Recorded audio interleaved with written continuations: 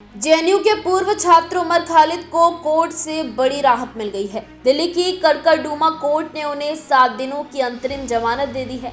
Court ने उमर खालिद को 28 दिसंबर से 3 जनवरी तक के लिए अंतरिम जमानत दी है।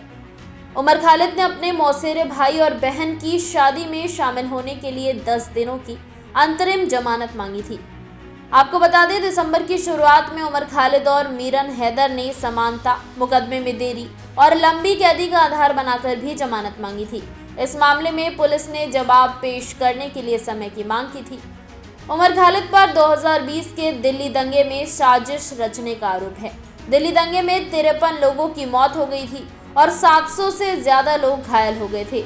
इस घटना के बाद उमर खालिद को 13 सितंबर 2020 को गिरफ्तार किया गया था। वो 4 साल से ज्यादा समय से जेल में बंद है। 7 दिसंबर को उमर खालिद की रेगुलर जमानत याचिका पर दिल्ली हाई कोर्ट में सुनवाई हुई थी। इस दौरान उमर के वकील ने हाई कोर्ट में कहा, उनके खिलाफ हिंसा या धन जुटाने का कोई आरोप नहीं है।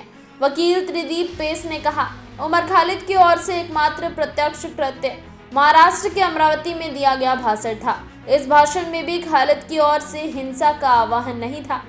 उमर खालिद ने सुप्रीम कोर्ट में भी जमानत याचिका दाखिल की थी, लेकिन कोर्ट ने उन्हें सलाह दी कि वो निचली अदालत का रुख करें। इसके बाद उमर ने अपनी याचिका वापस ले ली थी। खालिद पर आईपीसी 1967 आर्म्स एक्ट और गैर कानूनी गतिविधियां अधिनियम के तहत आरोप लगाए गए हैं। इसके अलावा भी आईपीसी की विभिन्न धाराओं के तहत आरोप दर्ज हैं। दिल्ली दंगे के अन्य आरोपी शर्जील इमाम को जमानत नहीं मिल पाई है। उसने भी सुप्रीम कोर्ट का रुख किया था, लेकिन हाई कोर्ट में मामला लंबित होने पर सुप्रीम कोर्ट में जमानत पर सुनवाई नहीं हो पाई है। खालिद पर आईपीसी 1967 आर्म्स एक्ट और गैर कानूनी गतिविधियां अधिनियम के तहत आरोप लगाए गए हैं। इसके अलावा आईपीसी की विभिन्न धाराओं के तहत भी आरोप दर्ज हैं। उमर खालिद सुप्रीम कोर्ट से लेकर दिल्ली हाई कोर्ट का भी जमानत याचिका दाखिल की थी, लेकिन सुप्रीम कोर्ट ने उन्हें निचली अदालत जाने की सलाह दी। इसके बाद उमर खालिद ने अपनी याचिका सुप्रीम कोर्ट से वापस ले ली थी। उमर खालिद के मामले पर अब तक कई दौर की सुनवाई हो चुकी है। कभी याचिकाएं खारिज हो गई हैं, तो कभी जजों ने खुद ही मामले की सुनवाई से खुद को अलग कर लिया है।